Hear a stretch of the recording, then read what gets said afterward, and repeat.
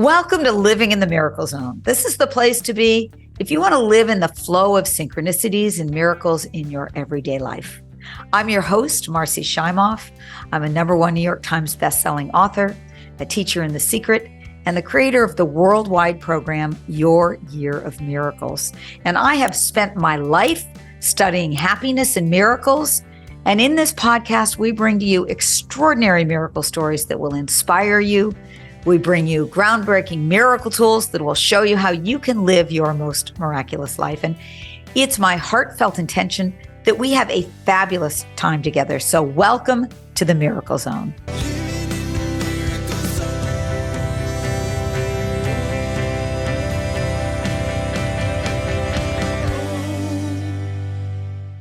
And today I'm delighted to be joined by my dear friend and colleague, the amazing Dr. Robert Holden. Hi, Robert. Marci, good to see you. Thank you for inviting me into the Miracle Zone. I can't think of a better place to meet. Well, Robert, you always live in the Miracle Zone. And every time I'm with you, I feel that great juice and flow. So let me introduce people to you and your work. For those of you who aren't familiar with Robert's work, Robert Holden is an innovator in the field of psychology and spirituality.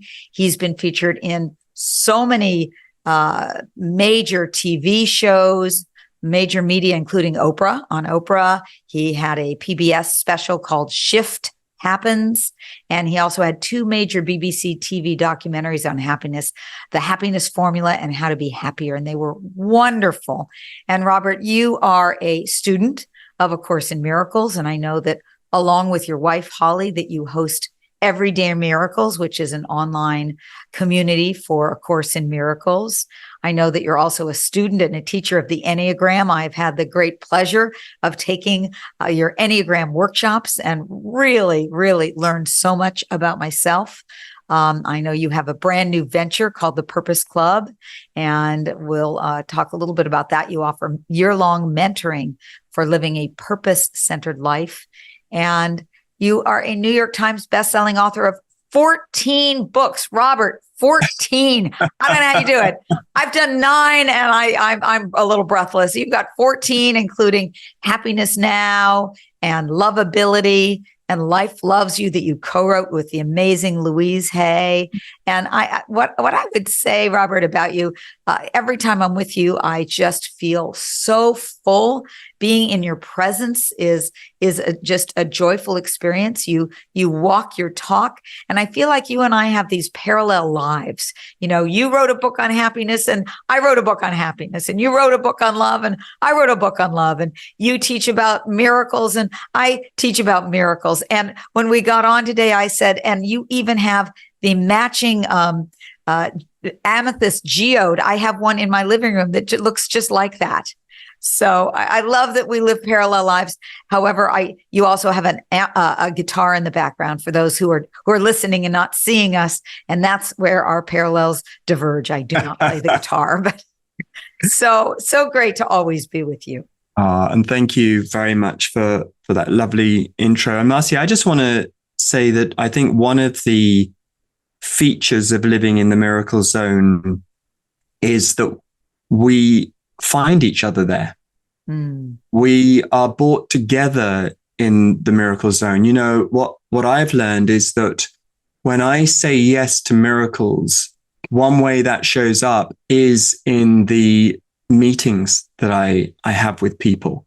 And, you know, Marci, honestly, it is an absolute blessing to know you. And you're absolutely right. When we first met, and, you know, I started to look at Happy for No Reason and Love for No Reason, it was like, oh my goodness, whatever our shared source is, it's using us both in such similar ways. It's absolutely amazing to think that that's the case. But that for me is one of the features of a Miracle Zone life, is that when you say yes to miracles, people will show up in your life that wouldn't otherwise have shown up. They may have shown up, but you wouldn't have recognized them. You wouldn't have connected with them. And it wouldn't be as meaningful as it is. In fact, you may well find there are people already in your life that are just waiting for you to step into the miracle zone. And then these people are going to show up more fully as who they really are too. And that's going to be part of the miracle of your life. So I think Miracle Zone has a lot to do with relationships for sure. Yes, and good friendships. I absolutely agree with that, and community as well. And so I think because you spend a good part of your life speaking and teaching about A Course in Miracles, and my work in your Year of Miracles is not based in A Course of Miracles, though I think it's extremely complementary. I would love to hear from you how you define a miracle or a miraculous life. Yeah, thank you. So before I found A Course in Miracles, I would say that for me, a miracle would be something like my soccer team winning a game. I supported a team that hardly ever won any matches. So if ever they won, it felt like that was a miracle. A miracle was, to me, something highly improbable, almost impossible, that could not be explained by any of the common thinking that I had. So it's something totally strange and unnatural and not normal. When I found A Course in Miracles, I began to think about miracles in a different way, Marci. And if I may, I might just share with you how I found A Course in Miracles, because I think that's quite helpful. And I think it would be helpful to also hear what A Course in Miracles is, because there are many people that are not familiar with what it is. Thank you. Yes. So I was, let's say, I think I must have been about 28. I'd been on the spiritual path since I was 18. I'd met my first spiritual teacher when I was 18. That was highly necessary because I'd had a lot of struggles through my childhood, especially my mother, who experienced recurring bouts of depression all of her life, but also my father, who was alcoholic, and he lived homeless for the last 10 years of his life. So it was a very challenging, difficult upbringing. And what those difficulties did was that they somersaulted me forward in my life to try and find a deeper sense of meaning and purpose. So I found a spiritual path at 18 through a remarkable meeting all by itself. Now at 28, I'm making my first pilgrimage to India with a group of friends. And we are in search of enlightenment, hoping to find enlightenment in India, just like the Beatles did, and everybody else from the West has ever tried to do. Yes, me included. Yes, I was part of all of that too. You were, yeah, yes. Great. And you go out there and the gurus see you coming, and you've got to be very careful who you talk to and who you don't. And at one point, we end up towards the end of I think we were there for, several weeks. We end up in Bodh Gaya, which is essentially the home of the Buddha's enlightenment. There is a Bodhi tree there, which is said to be a relative of the original Bodhi tree that the Buddha sat under. And, I decided one day, I left my friends behind, and I decided I'm going to sit under that Bodhi tree, and I'm going to sit there until I have some sort of a miracle. And I needed to do this, Marci, because I was really searching for enlightenment, and I sensed that my searching was causing me trouble. It was so much searching happening that I wasn't really finding what I was hoping to find. And so I sat under the Bodhi tree along with several other Tibetan monks, all dressed up in their maroon robes. A cat came and stayed with me for the day. I decided to call the cat Siddhartha, and it became my friend for the day. And I really prayed hard that I could have a breakthrough in my spiritual journey, and that there would be less searching and a greater experience of fulfillment. Because after all, that was the Buddha's story. The Buddha had gone through several different paths: the path of the ascetic, giving everything up in order to find enlightenment, the path of suffering in order to find enlightenment, and the path of searching in order to find enlightenment. And he stopped. And he stopped under that Bodhi tree and he gave up the search for enlightenment. And I thought, well, I'm going to do the same thing as the Buddha. So that's what I did. And I spent the day there with Siddhartha the cat, still quiet. And at the end of the day, as far as I was concerned, nothing had happened, but at least I'd tried something. I went home to London a few days later.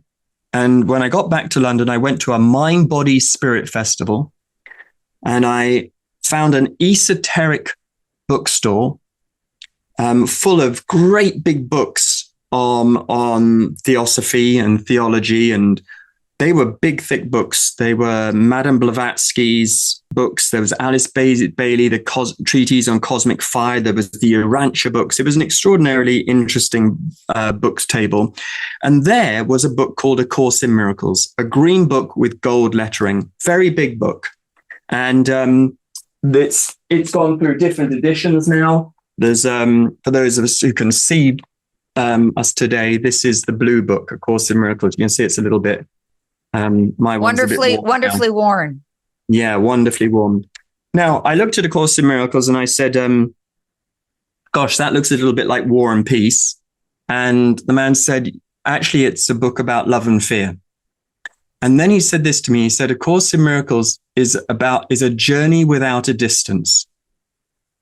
A journey without a distance. And if you're willing to give up the search, you'll find what you're looking for. And that's how I got interested in A Course in Miracles. I immediately bought the book. I had no idea what a miracle is. And I began to read this enormous book, which has a text of 669 pages, a daily lesson. Now that's the key. There's a daily lesson in here to apply what's written in the text. So you can get to work with the daily lessons. And in working with those lessons, the work is, in a sense, to create a shift in your mindset from fear to love. And in short, Marci, what I would say I have learned and I have witnessed is that miracles happen when we shift our mindset from fear to love in any given situation. To make that shift. I just have to emphasize that, please, because I think that's so beautiful.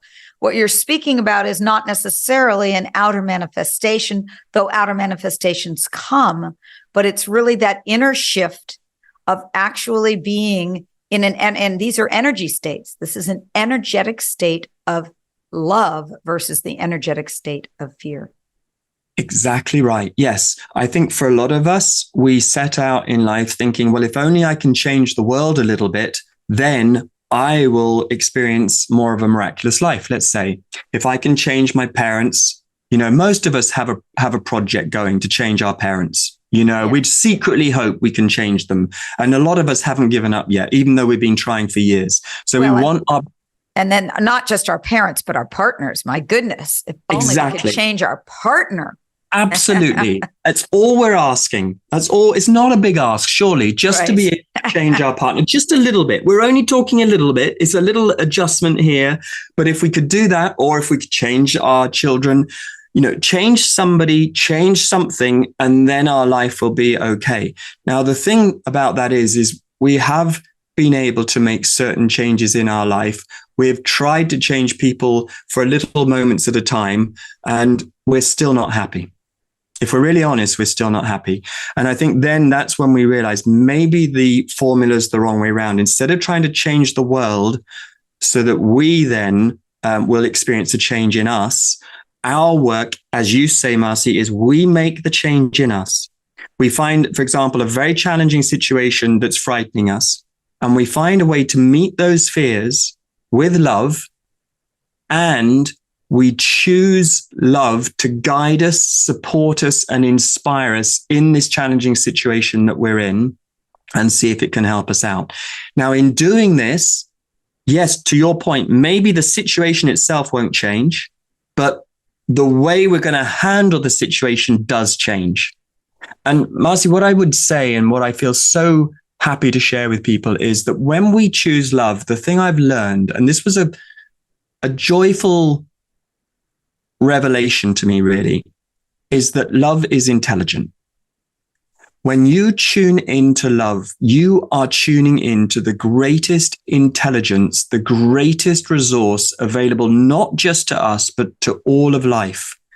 And so therefore, when you tune into love and you let love guide you, bless you, and inspire you in any situation, you are going to be more intelligent.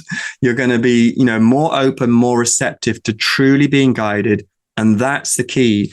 And that's how miracles happen. So miracles happen when we make the shift from fear to love. And one of the principles, I feel, Robert, like everything you say is what I would say, but with a male voice. I truly, one of the chapters of Happy for No Reason is let love lead. Let's get practical. Well, I'd really love to know, there's so many things that people can do to allow that to happen. It's not just some nice idea. There are things to put into place. I'd love to hear what you think are a few things that are some of the keys that people can do to really practically let love lead their life. I think it starts firstly with knowing that this is a possibility for us. I think that for a lot of us, we struggle with what I have called dysfunctional independence. Now, dysfunctional independence is us thinking that we have to do life by ourselves. When we look at humanity, the human wound, the wound that all of us are dealing with in humanity is our sense of separateness. We have a story about a fall from heaven. We have a sense that we have been displaced from nature, that we don't even belong to nature. And we have this sense of separateness, which says, I have to do life by myself. But what if actually that's what Einstein called an optical delusion, the idea that we're separate from each other? What if that's really not true? What if the most loving thing we could do to begin with is to recognize that we don't have to do life by ourselves? In fact, what I'd say is notice the areas that you're struggling in your life the most, and you'll find that they're probably the areas where you're trying to do it by yourself. So let's start, for example, with Life Loves You. That's a good place to start. This was the book that I wrote with Louise Hay. So Life Loves You.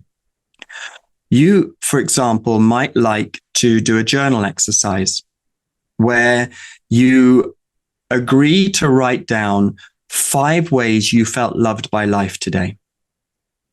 Yeah. One way I felt loved by life today is, and you would write your answer down. You would be doing this at the end of the day. So this would be like a review exercise.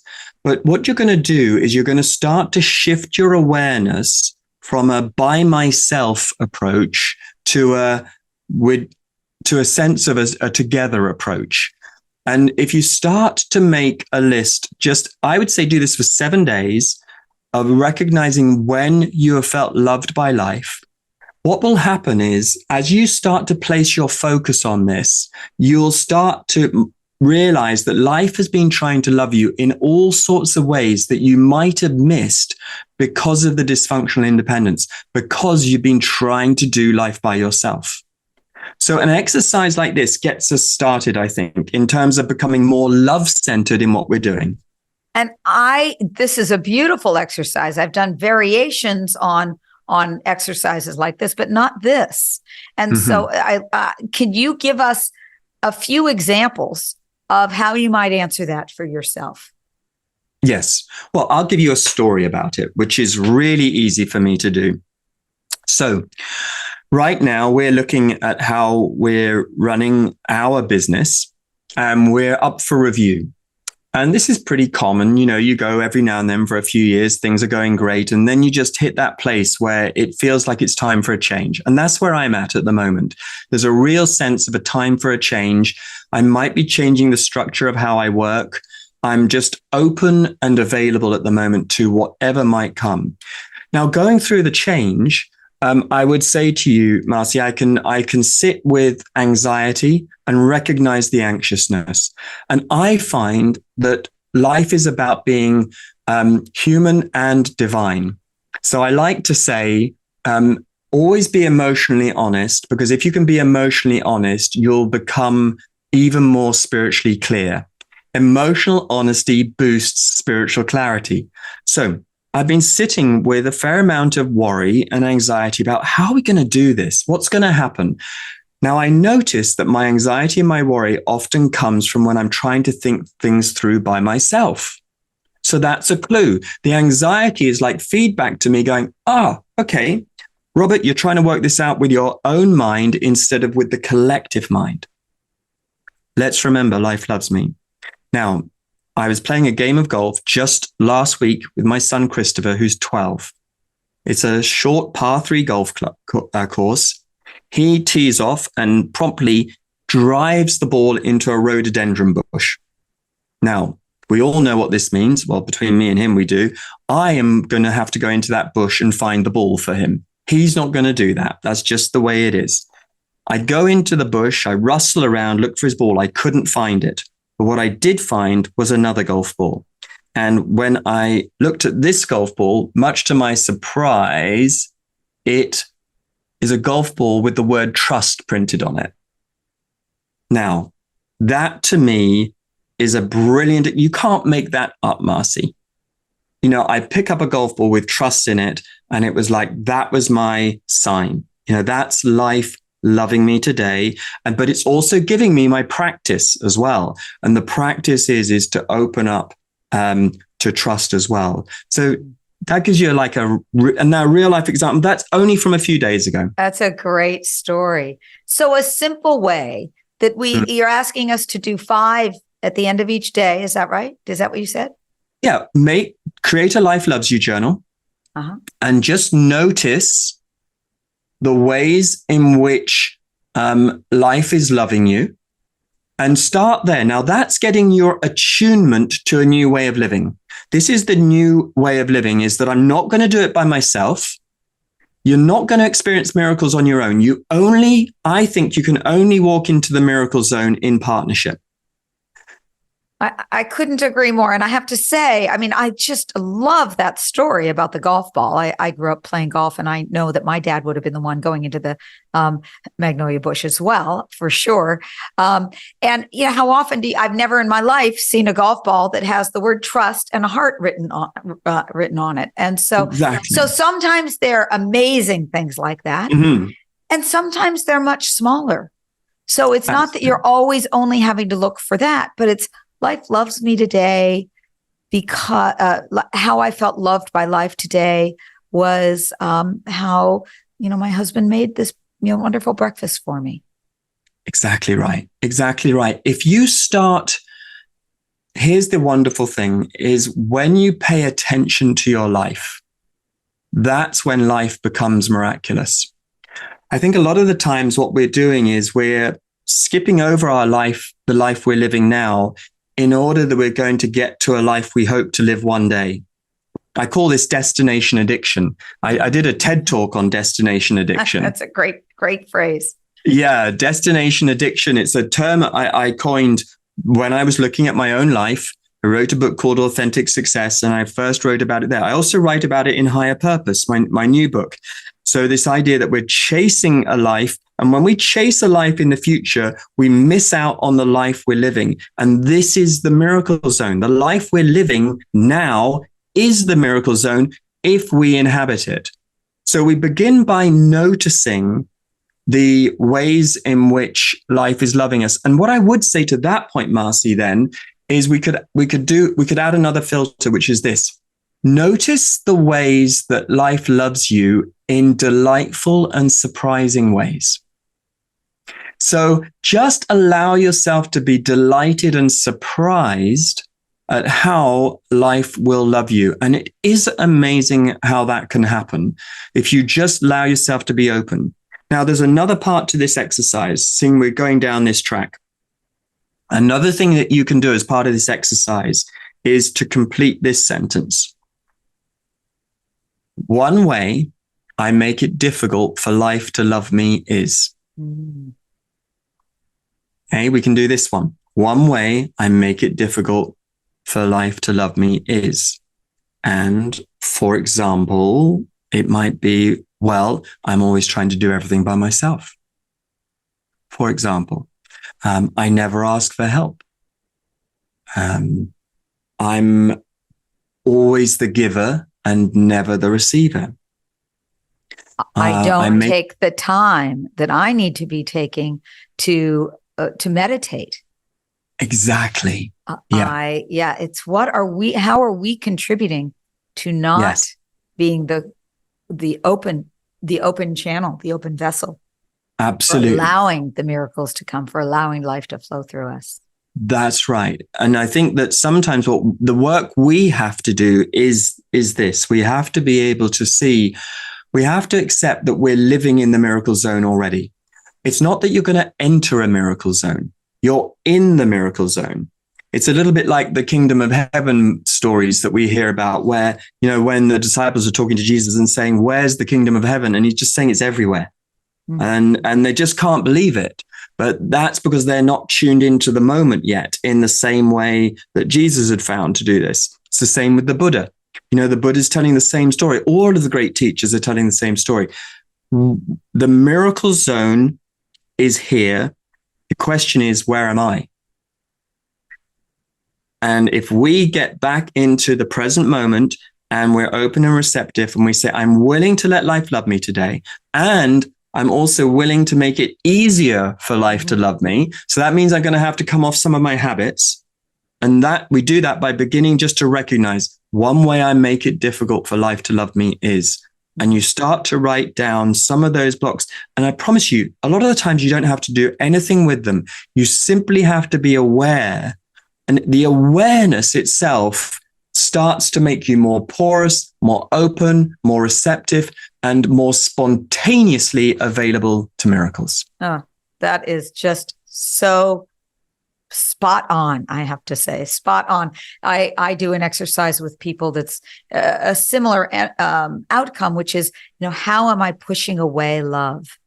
Yes. How am I not allowing all of the beautiful blessings that are out there to not enter? Am I deflecting people's compliments? Am I turning away people's gifts or offers for help?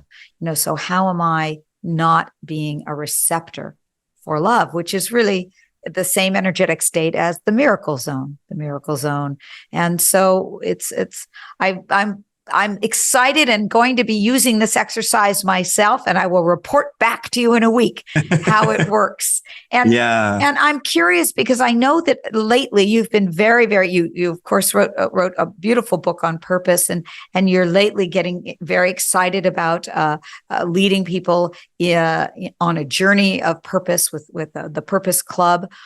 Why is it that purpose is so important in living a miraculous life? And what do you think we can do around purpose so that is a channel that's open for us to see the miraculous life that's all around? Thank you, Marci. I really feel that I've been teaching how to live a purpose-centered life, I think, really my whole life. And I've been teaching it because I was wanting to find out about it. It was my journey. I think what I've really learned is that by really being purpose-centered in our life, what it does first and foremost actually is it helps us to heal the sense of separateness. What I talk about in higher purpose is that I think we have 3 levels of purpose. The first level is, if you like, our personal sense of purpose. And most of us, when we're talking about purpose, we'll ask, what's my purpose?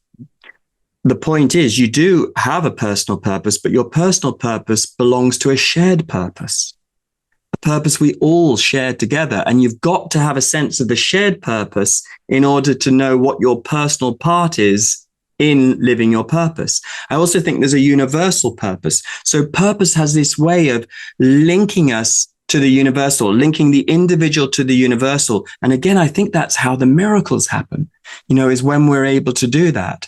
So what I love to do is to be able to help people recognize when they are on purpose, recognize when something is meaningful, and also to help them identify those chief points of inspiration so that they can show up in the world in a whole new way and do something. Right now, I think our purpose collectively as humanity is to create a climate change from fear to love. I believe we're being asked to create a climate change from fear to love as part of our internal ecology. So we're going to do that inside ourselves, but also we're going to do that out and about in the world as well.